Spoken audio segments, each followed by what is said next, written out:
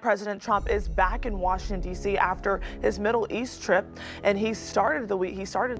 Apakah ini akhir dari Walmart di Amerika? Raksasa retail terbesar di dunia ini akhirnya angkat tangan. Setelah sekian lama menahan beban, Walmart dikabarkan siap angkat kaki dari pasar dalam negerinya sendiri. Semua gara-gara kebijakan tarif terbaru Donald Trump yang naik gila-gilaan hingga 145%. Kebijakan ekonomi yang disebut-sebut akan menghidupkan kembali manufaktur Amerika justru membuat perusahaan-perusahaan raksasa megap-megap, dan kini giliran Walmart yang jadi korban berikutnya. Apa benar Walmart akan pindah ke luar negeri, atau ini hanya sinyal bahwa ekonomi konsumen Amerika mulai retak dari dalam? Dalam video ini kita akan bongkar semua fakta mengejutkan dari harga barang yang melonjak drastis, reaksi panas dari Trump sendiri, hingga strategi bertahan Walmart yang mungkin tak bisa lama lagi. Walmart saat ini berada di bawah tekanan besar akibat tarif impor tinggi yang diberlakukan oleh Presiden Donald Trump terhadap barang-barang dari Tiongkok. Salah satu tarif impor yang paling mencolok adalah lonjakan hingga 145% untuk beberapa kategori produk, terutama barang-barang konsumen sehari-hari seperti peralatan rumah tangga, perlengkapan anak, dan barang elektronik. Dalam laporan keuangan kuartal pertama 2025, Walmart mengakui bahwa mereka tidak bisa lagi menyerap biaya tarif yang tinggi tanpa menaikkan harga. Salah satu contoh nyata adalah kursi mobil anak-anak yang semula seharga $350 diprediksi akan naik sekitar $100 atau 29% akibat beban tarif. Konsumen Amerika akan mulai merasakan dampaknya pada akhir Mei dengan kenaikan harga besar-besaran diperkirakan terjadi pada bulan Juni 2025. Trump secara terbuka menyerang Walmart di platform Truth Social, menyebut bahwa perusahaan seharusnya menanggung beban tarif demi ekonomi Amerika.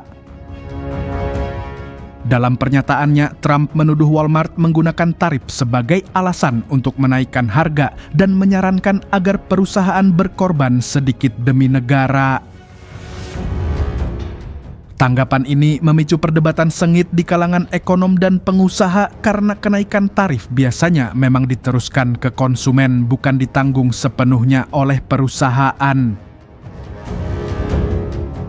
Menteri Keuangan Amerika Scott Bessent bahkan mengakui secara terbuka bahwa tarif menyebabkan tekanan besar terhadap perusahaan-perusahaan seperti Walmart. Analis memperingatkan bahwa jika tekanan ini berlanjut, Walmart mungkin akan mengalihkan pusat distribusi atau manufaktur ke luar negeri untuk menghindari tarif berlebihan. Dalam internal Walmart, para eksekutif disebut sedang mengkaji ulang strategi rantai pasokan global mereka, termasuk kemungkinan menambah pusat distribusi di Meksiko dan Kanada. Walmart menyatakan bahwa mereka akan berusaha menjaga harga tetap rendah selama mungkin, namun tidak semua beban bisa ditanggung sendiri. Untuk mengurangi dampak, Walmart kini mulai menegosiasikan ulang kontrak dengan pemasok dan mencari alternatif sumber produk di luar Tiongkok.